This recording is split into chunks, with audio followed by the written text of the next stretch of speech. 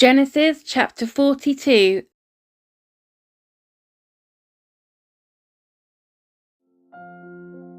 When Jacob heard that grain was available in Egypt, he said to his sons, "Why are you standing around looking at one another? I have heard there is grain in Egypt. Go down there and buy enough grain to keep us alive, otherwise we'll die." So Joseph's 10 older brothers went down to Egypt to buy grain. But Jacob wouldn't let Joseph's younger brother Benjamin go with them, for fear some harm might come to him. So Jacob's sons arrived in Egypt along with others to buy food, for the famine was in Canaan as well. Since Joseph was governor of all Egypt and in charge of selling grain to all the people, it was to him that his brothers came. When they arrived, they bowed before him with their faces to the ground. Joseph recognized his brothers instantly, but he pretended to be a stranger and spoke harshly to them. "Where are you from?" he demanded. "From the land of Canaan," they replied. "We have come to buy food." Although Joseph recognized his brothers, they didn't recognize him, and he remembered the dreams he'd had about them many years before. He said to them, "You are spies. You have come to see how vulnerable our land has become." "No, my lord," they exclaimed. "Your servants have simply come to buy food. We are all brothers, members of the same family. We are honest men, sir. We are not spies." "Yes, you are," Joseph insisted. "You have come to see how vulnerable our land has become." "Sir," they said, "there are actually 12 of us. We, your servants, are all brothers, sons of a man living in the land of Canaan. Our youngest brother is back there with our father right now, and one of our brothers is no longer with us." But Joseph insisted, "As I said, you are spies. This is how I will test your story. I swear by the life of Pharaoh that you will never leave Egypt unless your youngest brother comes here. One of you must go and get your brother. I'll keep the rest of you here in prison. Then we'll find out whether or not your story is true. By the life of Pharaoh, if it turns out that you don't have a younger brother, then I'll know you are spies." So Joseph put them all in prison for 3 days. On the 3rd day, Joseph said to them, "I am a God-fearing man. If you do as I say, you will live. If you really are honest men, choose one of your brothers to remain in prison. The rest of you may go home with grain for your starving families. But you must bring your youngest brother back to me. This will prove you are telling the truth, and you will not die." To this they agreed.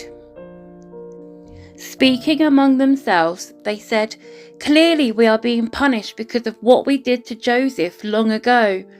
We saw his anguish when he pleaded for his life, but we wouldn't listen. That's why we're in this trouble."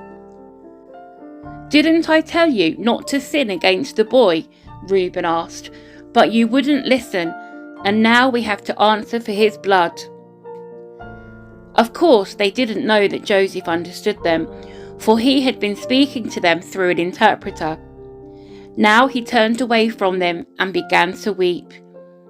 When he regained his composure, he spoke to them again. Then he chose Simeon from among them and had him tied up right before their eyes. Joseph then ordered his servants to fill the men's sacks with grain, but he also gave secret instructions to return each brother's payment at the top of his sack. He also gave them supplies for their journey home, so the brothers loaded their donkeys with the grain and headed for home.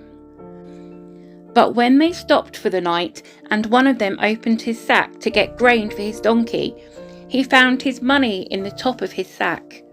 "Look," he exclaimed to his brothers, "my money has been returned. It's here in my sack." Then their hearts sank. Trembling, they said to each other, "What has God done to us?" When the brothers came to their father, Jacob, in the land of Canaan, they told him everything that had happened to them. "The man who is governor of the land spoke very harshly to us," they told him. "He accused us of being spies scouting the land." But we said, "We are honest men, not spies. We are 12 brothers, sons of one father.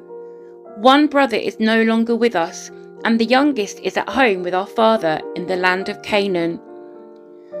Then the man who is governor of the land told us, "This is how I will find out if you are honest men.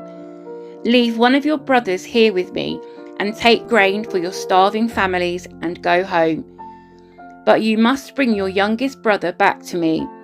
Then I will know you are honest men and not spies. Then I will give you back your brother, and you may trade freely in the land." As they emptied out their sacks, there in each man's sack was the bag of money he had paid for the grain.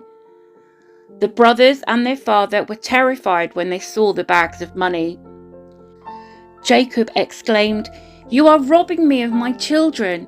Joseph is gone, Simeon is gone, and now you want to take Benjamin too?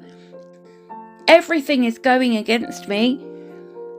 Then Reuben said to his father, "You may kill my 2 sons if I don't bring Benjamin back to you. I'll be responsible for him, and I promise to bring him back." But Jacob replied, "My son will not go down with you. His brother Joseph is dead, and he is all I have left. If anything should happen to him on your journey, you would send this grieving, white-haired man to his grave."